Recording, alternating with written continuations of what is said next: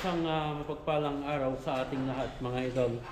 So, i-update natin ulit itong Lactawan project. Ano po, halos nasa final phase na po yung aming ginagawa dito.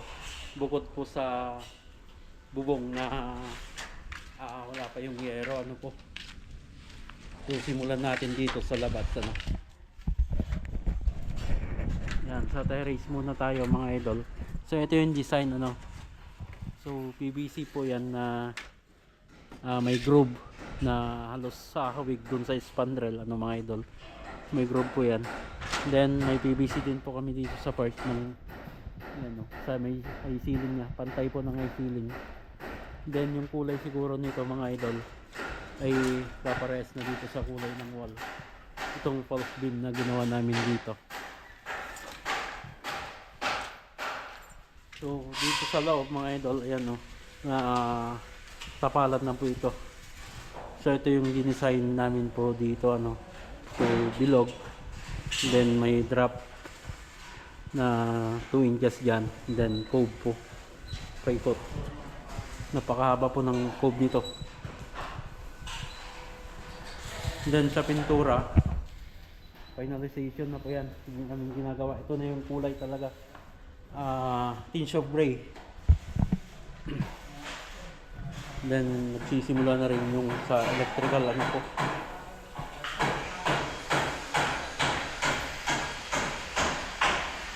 Ayan o.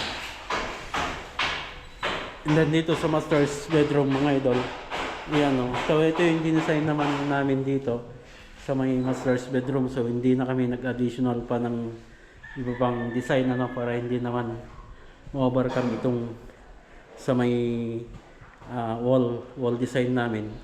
So nandito sa gitna yung bed frame. Ayan.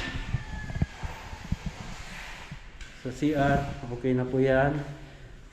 Then sa kisame, okay na rin po. Halos na pagkulay na rin dito. Retouching. Ayan. So ito yung mga nauna nating na-vlog. Ayan o mga idol. Kaya ito muna yung update natin. Then dito sa living area, ayan o, na-tiles na po itong buo.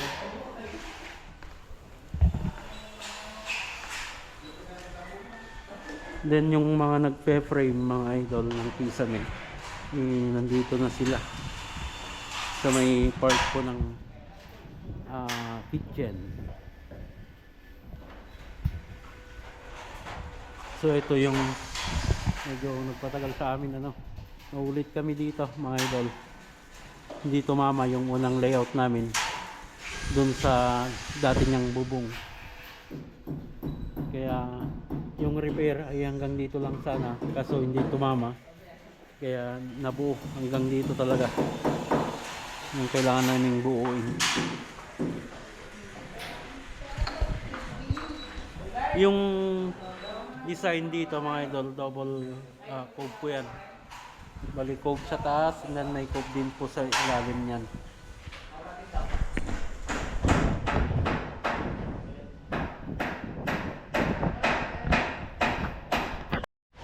Silipin natin mga idol yung ulo, ano po, ng bahay.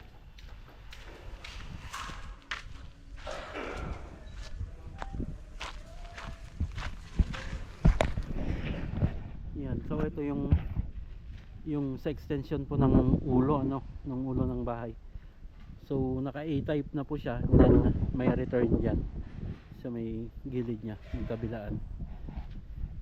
Ganun din po dito sa may extension ng kitchen.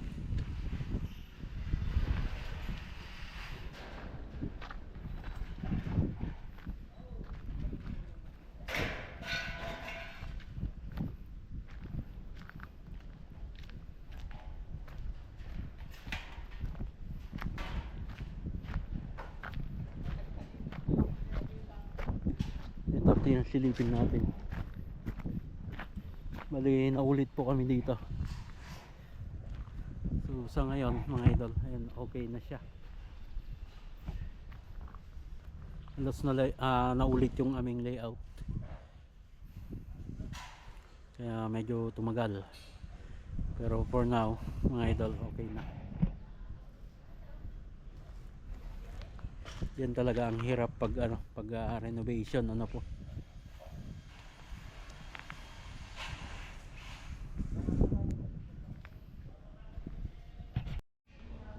Yun mga para, so paunti-unti ano po ay nabibigyan mukha na natin itong gusto nating mangyari dito sa ating home renovation ano mga idol.